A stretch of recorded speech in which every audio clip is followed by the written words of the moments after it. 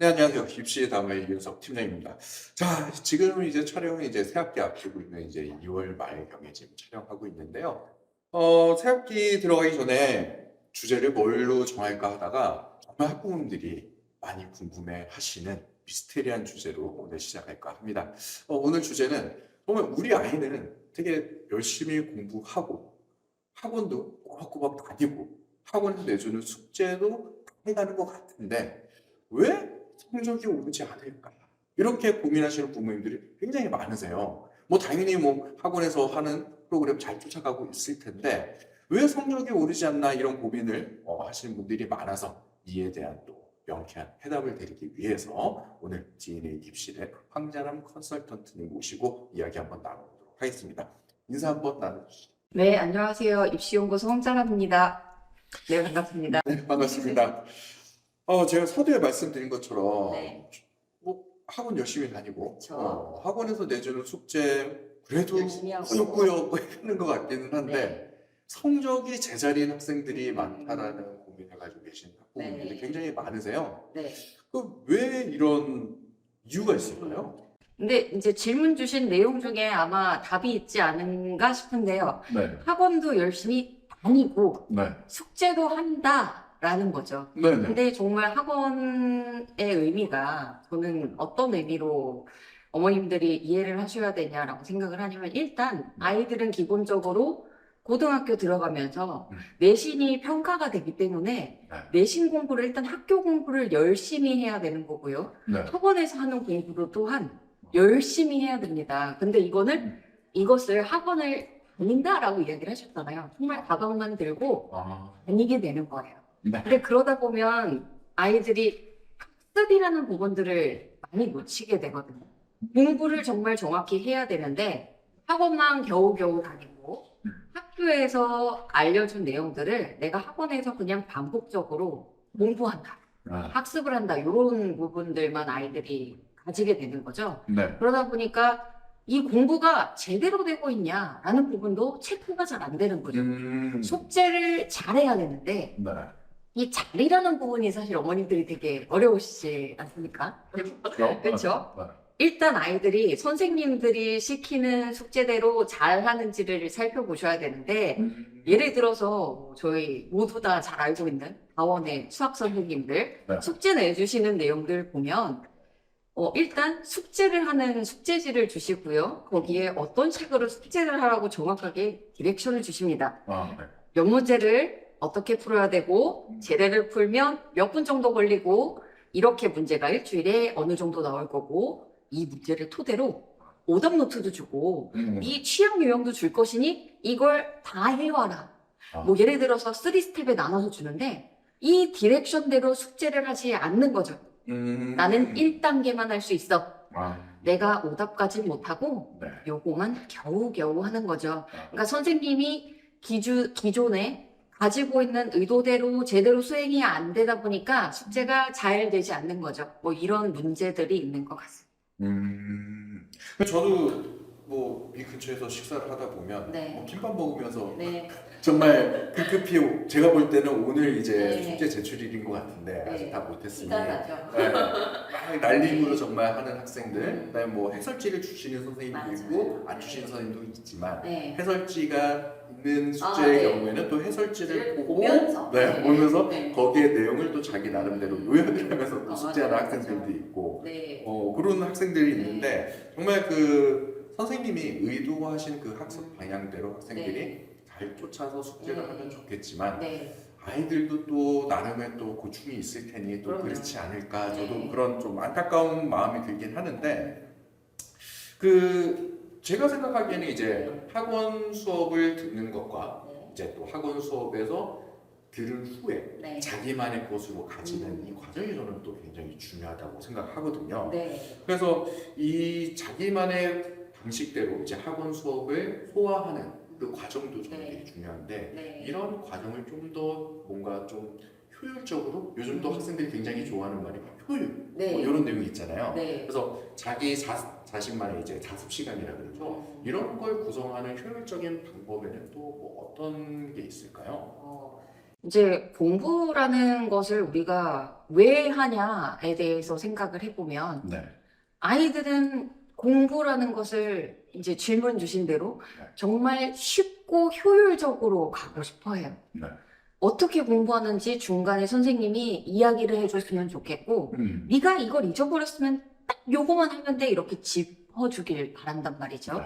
근데 이제 다들 학부모님들도 공부를 해보셨으니까 아시겠지만, 개념 공부가 일단 되어야 될 것이고요. 네. 그거에 대한 응용이 또 되어야 될 것이고요. 그리고 이 응용한 것에 실수나 틀린 것들이 발생을 한다면 그걸 다지는 아까 말씀 주셨던 대로 네. 소화를 시키는 과정이 충분히 필요합니다. 근데 앞서 말씀드렸듯이 아이들이 숙제만 겨우 해가기 때문에 이걸 씹어넘기고 소화시킬 과정이 충분하게 없다는 거죠. 그래서 잘 배우고 잘 익히고 소화시키는 과정이 필요한데 그것도 또한 과목별로 그리고 아이들이 가지고 있는 역량별로도 다를 수가 있어요. 그렇죠. 어떤 학생들은 영어 단어 외우는 게 굉장히 낯설다. 이걸 나는 이해하고 싶은데 왜 무작정 400개씩 외우라고 하냐. 이런 이야기들을 하잖아요. 이런 친구들은 또 다른 방식으로 접근을 해서 소화를 시키는 방법이 또 필요할 거고요. 네. 어떤 친구들은 나 30분만 영어 단어 외워도 잘 외울 수 있는데 이런 친구들은 또 그에 맞는 방법들이 필요합니다. 그래서 어머님들 다양한 입시 정보들이 있으시겠지만 네. 일단 우리 아이 성향을 이해를 하고 네. 충분하게 이 친구가 과목별로 어떤 식으로 공부를 해야 되는지 이 과목들을 소화시킬 전략을 가지고 가셔야 된다라는 걸 말씀드리고 싶어요. 그럼 개개인에 따라서 네. 이제 뭐 당연히 이제 전략은 달라지겠지만 네, 뭐 실질적으로 이제 공부를 한다고 했을 때 네, 그래도 뭔가 기준이 되는 그런 방식이 있었으면 좋을 것 같은데 네. 어떤 방식으로 우선 기준을 세우는 그런 전략을 세우면 좋을까요? 어머님들한테 원리 원칙을 네. 거창하게 많이 드리면 계획도 그렇지만 저희 세회계획 같은 거 세워보셨으면 다들 아실 거예요. 어려우면 하기가 힘들어요. 맞아요. 근데 아이들한테 이제 어머님들이 이제 맨 처음 잘못하시는 것들이 보통 보면 다이어리를 스터디 플래너를 사오시고 네. 써봐라. 음, 자세한 디렉션 없이 이렇게 네. 주시는 경우들이 많거든요. 그럴 때 그런 계획을 어떻게 세워야 되냐, 공부를 어떻게 해야 되냐, 방법을 좀 알려달라고 하면 공부는 되게 간단한 원칙들로 만들어 볼 수가 있는데 저희 이제 입시연구소에서 학습관리 선생님들이 얘기 드리는 건 공부는 예측을 잘해야 된다. 그리고 양과 질을 잘 채워야 공부가 된다라는 이야기들을 하고 있어요. 네. 그러면 예측을 하고 네. 양질이라고 네. 지금 설명해 주셨는데 네. 그걸 좀 더 좀 상세하게 뭐 예측하고 양질의 네. 공부가 어떻게 나눠지는지 설명 한번 부탁드리겠습니다. 일단 양과 질부터 이야기 드리는 게 더 좋을 것 같은데요. 이제 양이란 부분은 정말 공부의 양을 이야기를 합니다. 네. 아까 효율성 이야기도 하셨잖아요. 아이들은 웬만하면 고생을 덜 하고 싶어 해요. 네. 근데 하지만 일정 시간 투자해야 되는 공부 시간이 있단 말이죠. 네. 그리고 공부에 투입해야 되는 양이 있습니다. 네. 다원에서 수학 선생님이 주간 공부하는 양을 200문제, 400문제 내주셨다. 그건 그 반의 친구들이 일단은 공부를 해야 되는 투입 양일 거고요. 그렇죠. 그렇죠?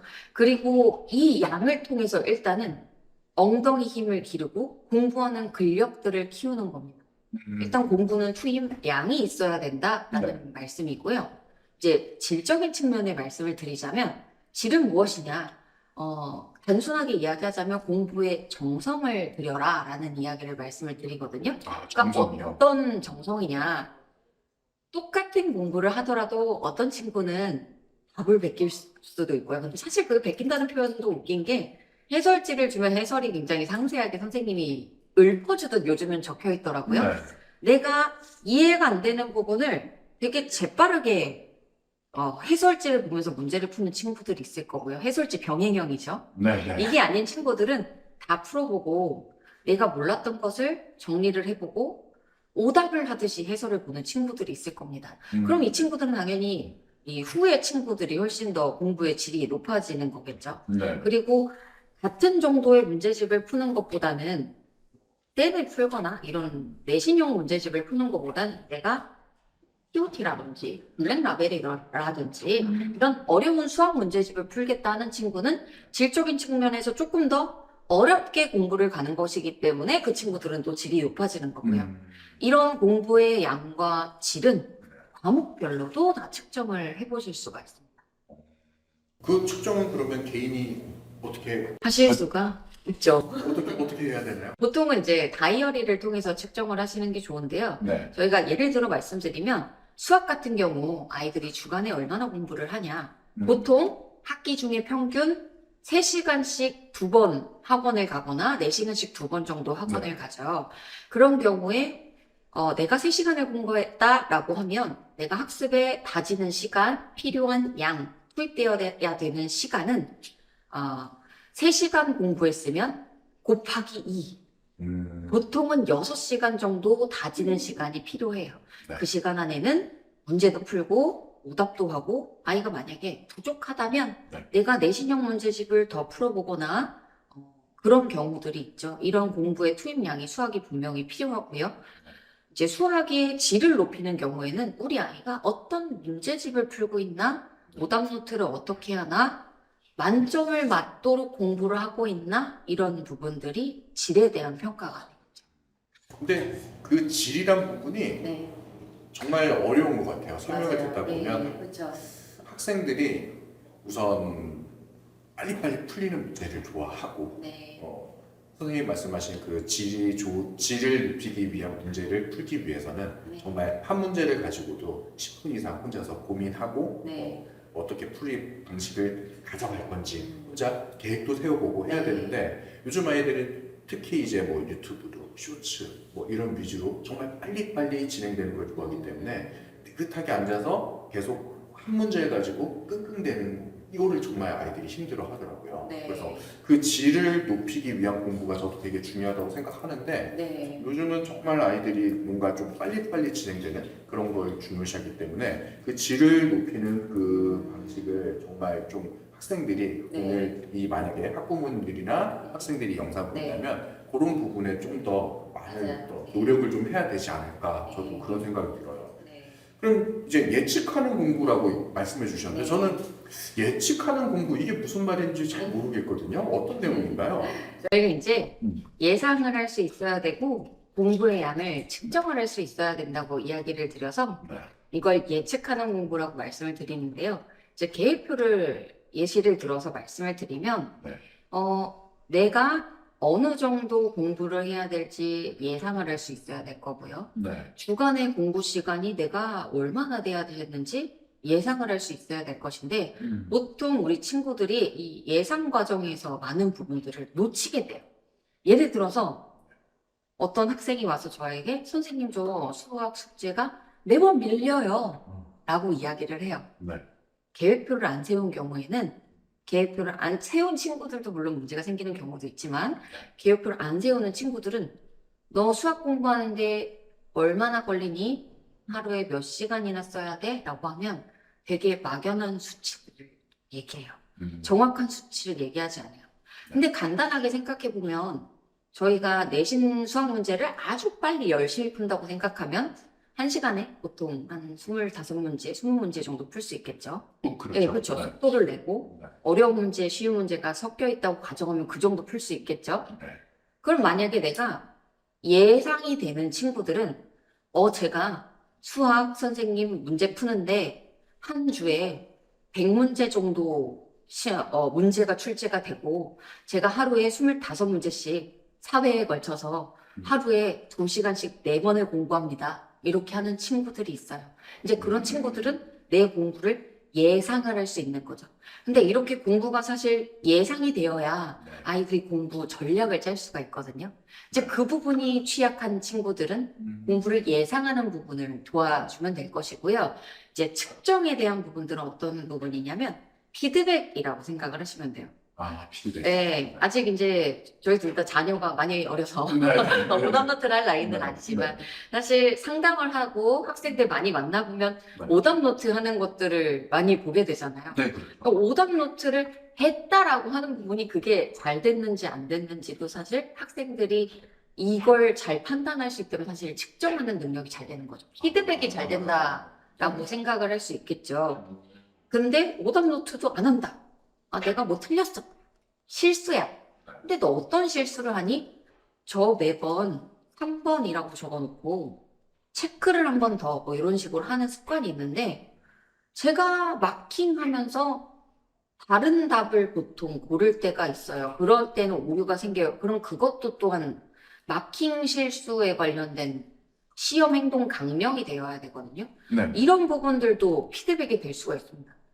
그럼 다음 시험 때 나는 매번 긴장하면 내가 시험에 골랐던 답과 마킹 답이 다르니 그것을 유의하자. 아니면 내가 마킹 시간에 생각보다 많이 떨고 있으니 마킹 시간을 조금 더 여유롭게 잡아야 된다. 뭐 이런 것들이 과목별로 피드백이 계속 되어야 된다는 거죠. 아주 사소한 내용이더라도 놓치지 전부 다, 말고 네. 계속. 시험 강령이 돼야 되는 것도 있는 거죠. 그래서 네. 공부는 계획적인 측면에서도 피드백이 필요하지만 오답노트에서도 피드백이 필요하고요. 네. 이런 과정들을 아이가 일단은 즐겨야 됩니다. 사실 즐긴다는 표현이 좀 이상하잖아요. 네. 네. 공부가 재밌을 순 없거든요. 제가 어머님들한테 말씀드리는 게 사실 공부는 굉장히 고통스럽습니다.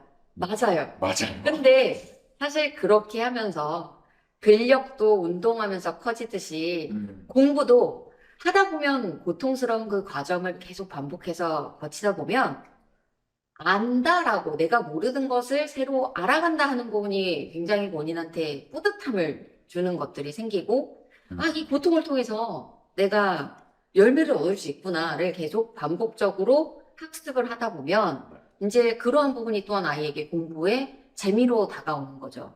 아까 말씀 주셨잖아요. 요즘에 숏폼, 스낵 콘텐츠 이런 것들이 소비가 일어나면서 아이들이 도파민에 중독된 것 같다 이런 기사들이 맞아요. 되게 많더라고요. 네.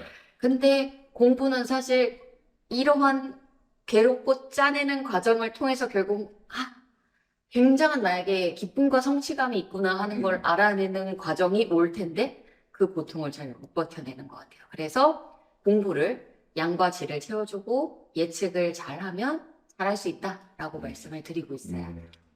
그러면 네. 이 공부를 위한 학습 관리라는 측면도 되게 중요할 것 같은데 그렇죠. 이 학습 관리는 어떻게 하면 좋을까요? 네. 일단 부모님들이 하실 수 있는 학습 관리가 있을 것 같아요.